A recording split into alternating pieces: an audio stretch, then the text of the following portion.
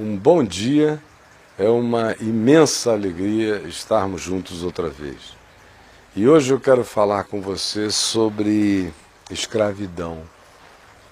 Aí você me pergunta, mas escravidão? Eu não sou escravo de ninguém, eu sou um cidadão emancipado, pago os meus impostos, tenho o meu trabalho, não sou servo de homem nenhum. É verdade que eu tenho um patrão chato, mas isso aí a CLT cuida desse vínculo de relacionamento patrão-empregado e tudo mais, tem todas as leis trabalhistas e eu me defendo, não sou escravo de ninguém. Você que pensa, eu não conheço ninguém que não seja escravo de alguma coisa. Jesus disse que todo aquele que comete pecado é escravo do pecado. Aí também surge alguém e diz, mas desculpe a minha falta de modéstia, mas é que eu também não cometo pecados.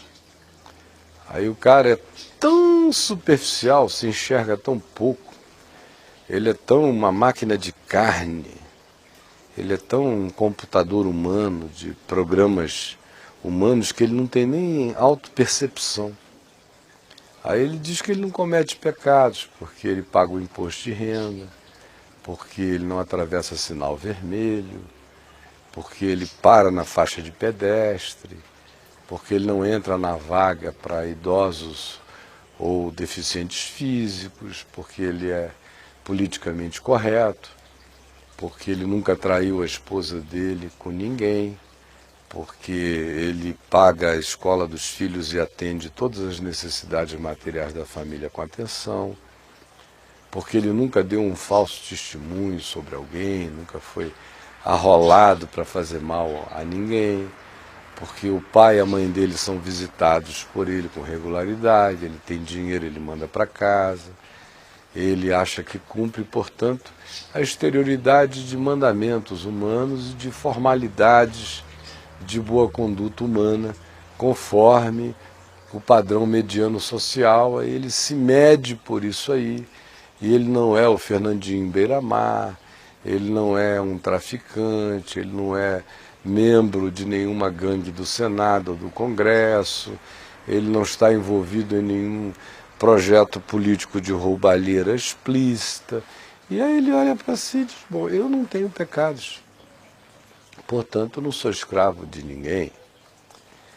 E ele deixa de perceber a escravidão interior dele, a escravidão dele, a arrogância dessa presunção.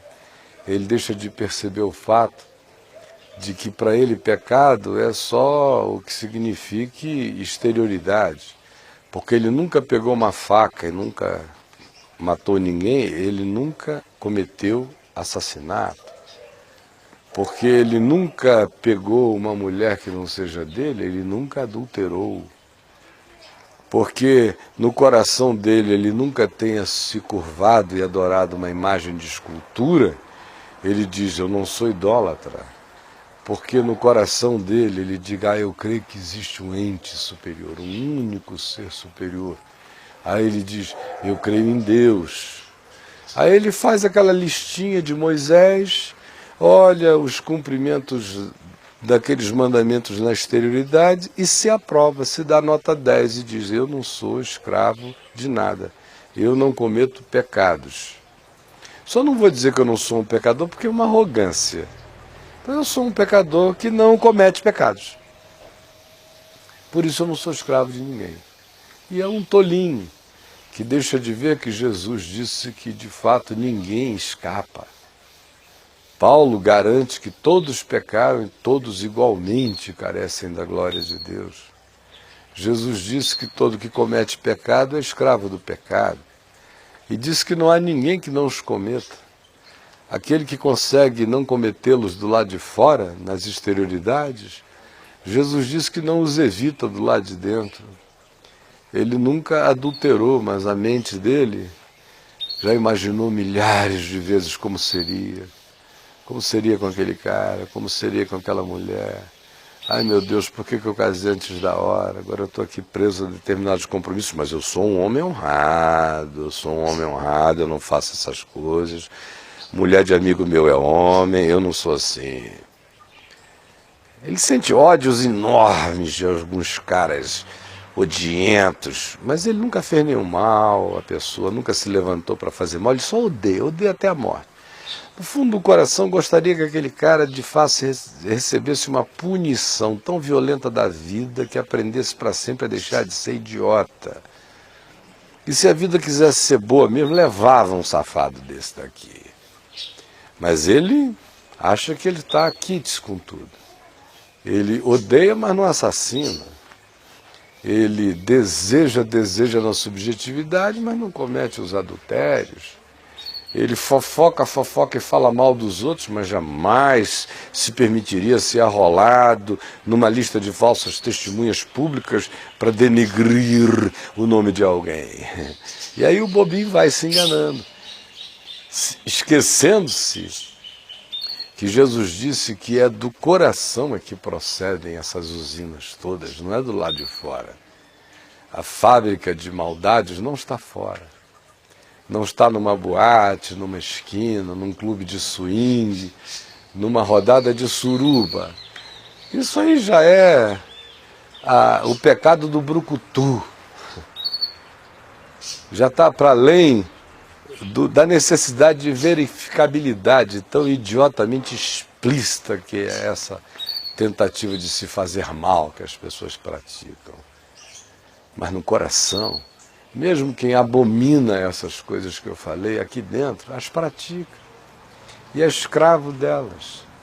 Todo aquele que se ira cronicamente fica escravo da ira. Todo aquele que odeia se torna escravo do ódio e escravo do objeto do seu ódio.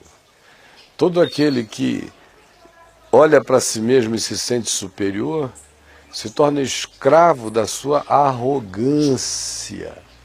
Todo aquele que olha para si mesmo e se sente inferior se torna escravo da sua inferioridade e escravo daquilo e daqueles aos quais ele atribua superioridade em relação a eles.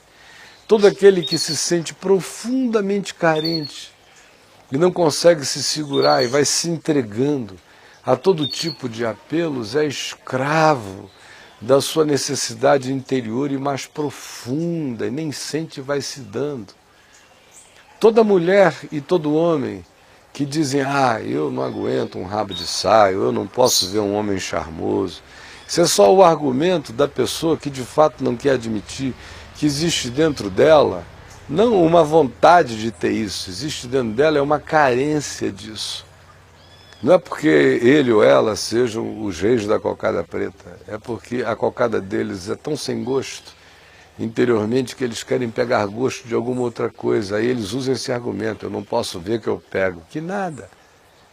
Dá até trabalho, é cansativo viver de conquista em conquista, de mentira em mentira, de lero-lero em lero-lero, de conversa fiada em conversa fiada.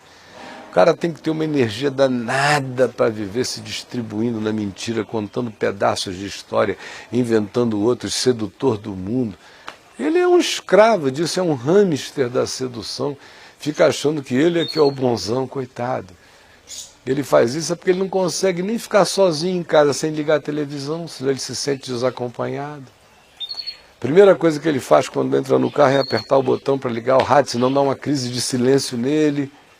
Ele sai andando, dirigindo o carro dele na rua, torcendo o pescoço para lá, torcendo para cá, para cada bunda que passa. Não é porque ele é um cara que tem uma libido danada. Quem namora ele 3 meses, 4 meses depois, diz assim que ele começa muito bem.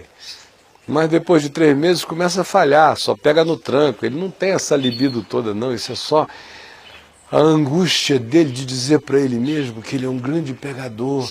Por isso é que